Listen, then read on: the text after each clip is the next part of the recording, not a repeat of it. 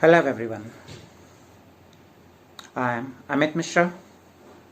Today we are going to do Merchant of Venice Act 3 Scene 1. Act 3 Scene 1, before beginning that, you must be remembering that in Act 2 Scene 9, Prince of Aragon was there and he has chosen the wrong casket. He has chosen the silver casket. There was a theme of appearance and reality. Act 3 Scene 1 of MOV of Merchant of Venice. This tells us about that Antonio is going to have a trouble. There are rumors that Antonio's ships are wrecked. Where are these wrecked? Antonio के ship wreck हुए हैं. At which place? At Goodwins. Goodwin Sands actually क्या है? Goodwin Sands है 10 miles का एक sand bank है. This is a 10 miles approx 16 kilometre sand bank है साउदर्न एंड पे, नॉर्थ सी में. साउदर्न एंड जो कि अप्रॉक्स 6 माइल्स लाई करता है इंग्लैंड के पास में, वहीं के पास गुडविन सैंड्स. और ऐसा माना जाता है, ऐसा सपोज किया जाता है कि at this place approx 2000 ships are wrecked. It is to be believed. It is believed that 2000 ships are wrecked here. So, there is a rumor in Rialto. Rialto, I've told you, the stock exchange. Like in India, we are having BSE, NSE, SE. There is Rialto. यहाँ पे बहुत सारे businessman collect होते हैं. Shares and purchasing and like selling and purchasing, all these things happen there. जब मैं act 3 scene 1 की बात करता हूँ, ओपनिंग सीन, और एक चीज यहाँ पर और है, we will see that Sherlock is worried. Sherlock is trying to find out Jessica, his daughter, who is eloped with Lorenzo, a Christian. You must remember Jessica eloped with Lorenzo in the attires of a page boy. I taught you. In the attires of page boy के attires में she eloped. And I think we have seen this in Act 2 only. Act 3 में हम देखेंगे Salerno and Salerno. They both are there. They are discussing about the bankruptcy of Antonio. They are thinking that there are some rumors. These rumors says that Antonio's ships are wrecked nearby Goodwins, where thousands of ships are already wrecked. वहां से निकलना ships के लिए बहुत मुश्किल होता है. Salerno says, now what's news on Rialto? What news on Rialto? I told you Rialto is stock exchange. Salerno is asking, what is the news on the Rialto? What is the news in stock exchange about? He is talking about the news of Antonio. Salerno replied, why? Yet it lives there unchecked that Antonio hath a ship of rich lading wrecked on the narrow seas. अपनी books में आप देखते रहिएगा, line wise I am explaining you each and everything. Salerno says, why? Yet it lives there unchecked that Antonio hath a ship of rich lading wrecked on the narrow seas. The Goodwins, I think, they call the place a very dangerous, flat and fatal, where the carcasses of many a tall ships lie buried, as they say. If my gossip report be an honest woman of her world. सेलेनो कहता है कि एक rumour है, there is a rumour, अफवाह है एक. क्या अफवाह है? कि एंटोनियो का शिप जो है जिसमें बहुत सारा एक्सपेंसिव कार्गो हुआ करता था, दैट इज wrecked. कहां पर रेक हुआ है? Goodwins, English Channel, near by English Channel on the Goodwin sand. वहां पर उसका शिप रेक हो गया है. एक बहुत ही डेंजरस सैंड बार है. I told you that is a very dangerous sand bar. Thousands of ships are wrecked there. उसने इसको मेंशन भी किया है कि a very dangerous flat and fatal where the carcasses of many a tall ships lie buried. Carcasses means normally carcasses means dead bodies होता है. यहाँ पर wrecked ship की बात की जा रही है. Lie buried means they just sink there or they just wrecked there. आगे उसने मेंशन किया as they say he is not having any confirmed source. He is just going to believe on someone. As they say, if my gossip report to be an honest woman of her word. अगर उसकी जो gossiping है अगर उसको believe किया जाए, he is referring gossip report to be an honest woman of her word, but he is saying that अगर मैं किसी वुमेन के गॉसिप की तरह इसको बिलीव करूं तो ऐसा बोला जा रहा है कि एंटोनियो के शिप्स रैक हो चुके हैं. Salome replied, I would she were as lying a gossip in that as ever nabbed Ginger or made her neighbors believe she wept for the death of her third husband. Nab means होता है crush करना, चबाना. He is wishing कि I would means I hope कि उसकी जो ये जो rumors हैं, that rumors should be like a woman who is trying to show sadness on the death of her third husband. She is chewing ginger and trying to show to the neighbors that she is very sad, but by chewing ginger and all she is making herself ready for another marriage.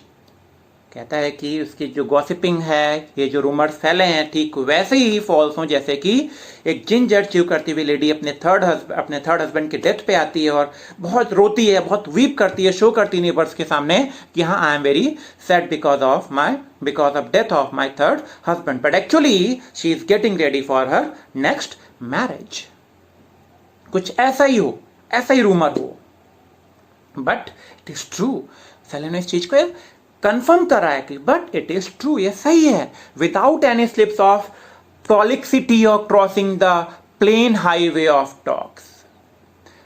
Prolixity or crossing the plain highway of talk means if I will speak straight away without beating the bushes. बिना उसको घुमाए फिराए अगर मैं बोलूं तो ये सारी चीजें बिल्कुल सच हैं. He is saying that he don't want to get all mushy.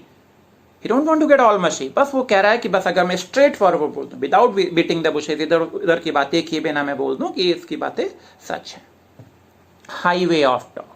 That the good Antonio, the honest Antonio, that I had a title good enough to keep his name company. Antonio की बहुत ज्यादा praise करता है वो.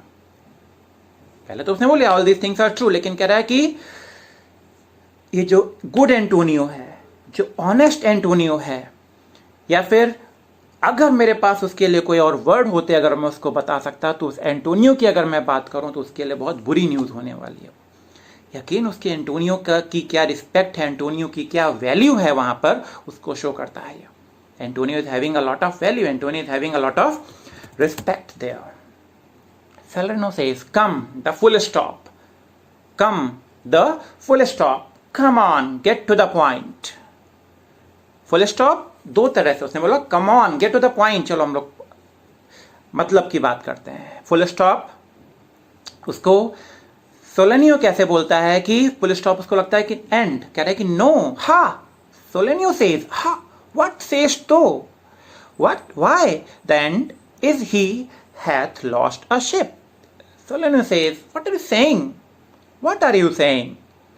Point ये है, main point ये है कि he means Antonio, he hath lost a ship.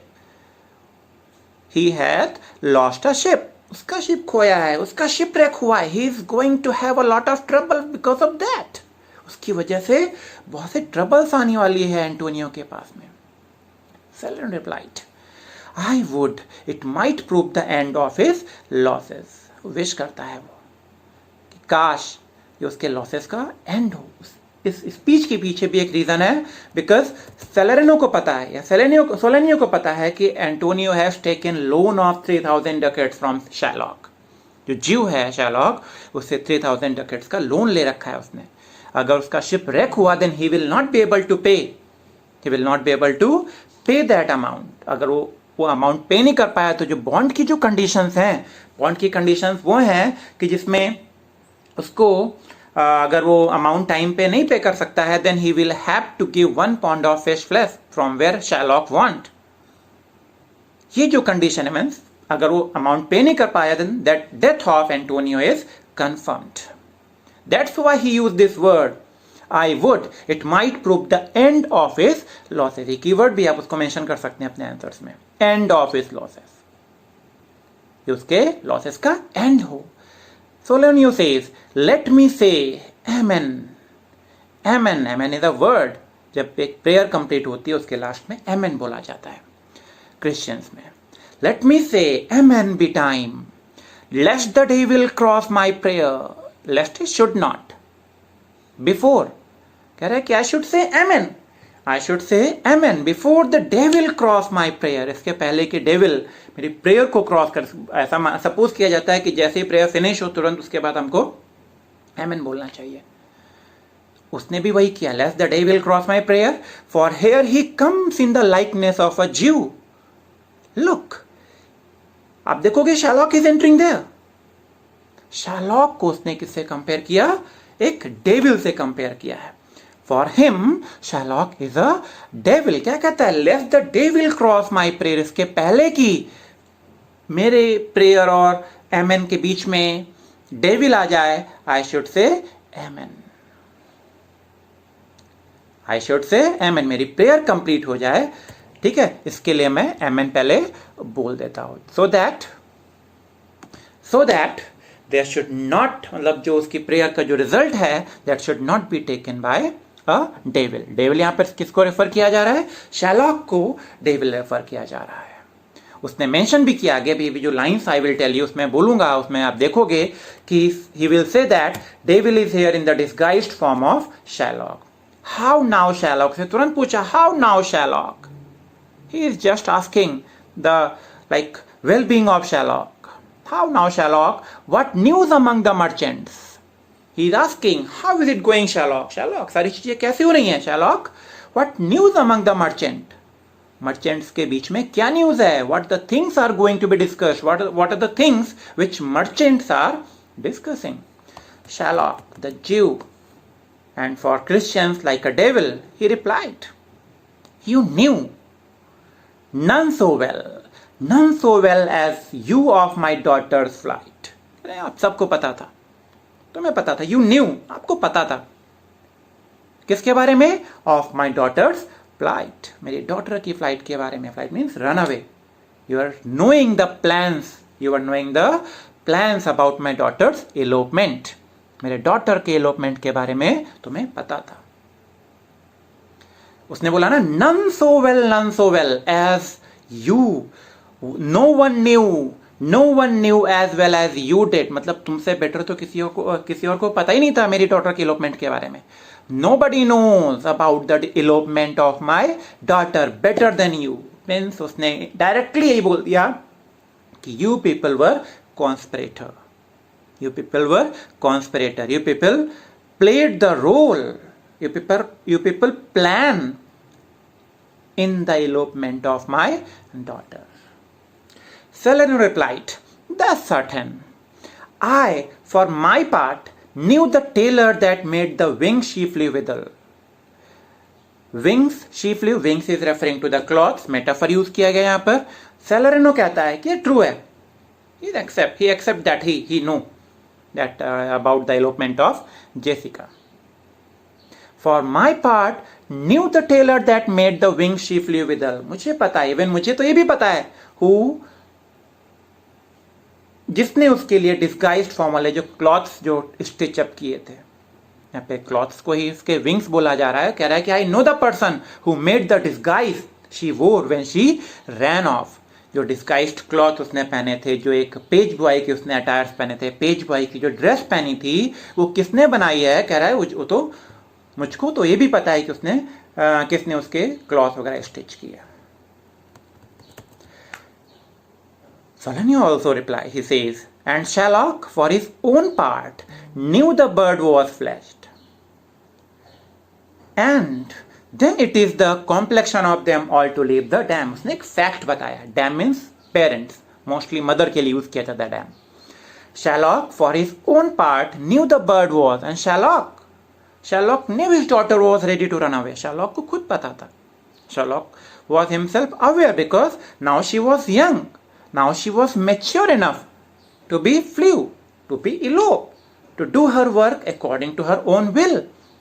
And then it is the complexion of them all to leave the dam. ये तो birds की natural सी हैबिट होती है. अगेन मेटाफर यूज किया उसने, कह रहा है कि birds की natural सी हैबिट होती है कि जैसे आपने देखा होगा कि जब birds के जो बेबीज होते हैं, जब वो एग से बाहर आते हैं हैच होने के बाद में, उनको बर्ड लाके फीड कराती है, उनके माउथ में फीड कराती है, लेकिन जैसे उनके विंग्स निकलते हैं अपनी मदर को बताए बिना वो नेस्ट को छोड़ देते हैं. यहां पर भी वही हुआ है. Who is the bird? Sherlock is the bird. Who is the dam? Sherlock is the dam. Who is the bird? Jessica is the bird who ran away without telling Sherlock. उसने एक नेचुरल फिनोमिना बताया कि it's natural for children, it's natural for children to leave their parents. अपने parents को leave कर दा, ये तो बहुत नेचुरल सी बात होती है बच्चों के लिए. He used the word dam. Dam for parents, dam for mother. Sherlock उसी वर्ड को कैसे यूज करता है? In the next speech we will see. She is damned for it. पहला वाला डैम यूज किया गया है पेरेंट्स के लिए, मदर के लिए उसने, और शैरलॉक ने जो डैम्ड यूज किया that is use for curse. She is damned for it, she will be cursed for it. Solanio ने replied that certain if the devil may be her जज. बिल्कुल, certainly she will be cursed, certainly she will be punished. लेकिन किस condition में? Condition वो होगी अगर devil जज होगा. If devil will be judged, then only she will be punished. Otherwise कोई ऑप्शन नहीं उसके पनिशमेंट का जब तक कि डेविल जज ना, मतलब जब तक एक बुरा पर्सन ही उसके लिए जजमेंट ना करे, till that time she is not going to be punished. क्योंकि उसने कोई बुरा वर्क नहीं किया है. She has just run away from her love, with her love, sorry. Sherlock क्या कहता है? My own flesh and blood to rebel. Rebel means protest करना, रेबल मीन्स विरोध करना. कह रहे कि मेरा खुद का flesh and blood, owns blood, flesh and blood मतलब मेरा खुद का खून, मेरा खुद का part. He is talking about his daughter Jessica. उसने मेरे अगेंस्ट रिबेल किया. सेलेनी उसका तुरंत अच्छा से रिप्लाई देता है. क्या कहता है? Out upon it. No. Out upon it means no. Old carrion. Rebel is at these years. Out upon it old carrion. Out upon it, old carrion. You should know. You should not say something like this. She is not your blood. But ये जो age है, that is the age where the person's own blood and own flesh only rebels. इसके बाद की जो speech है, we will continue it in the next class. Till that time, just listen it properly and try to do RTCs from your workbook. Thank you very much and channel को subscribe भी कर दीजिएगा. Thank you very much.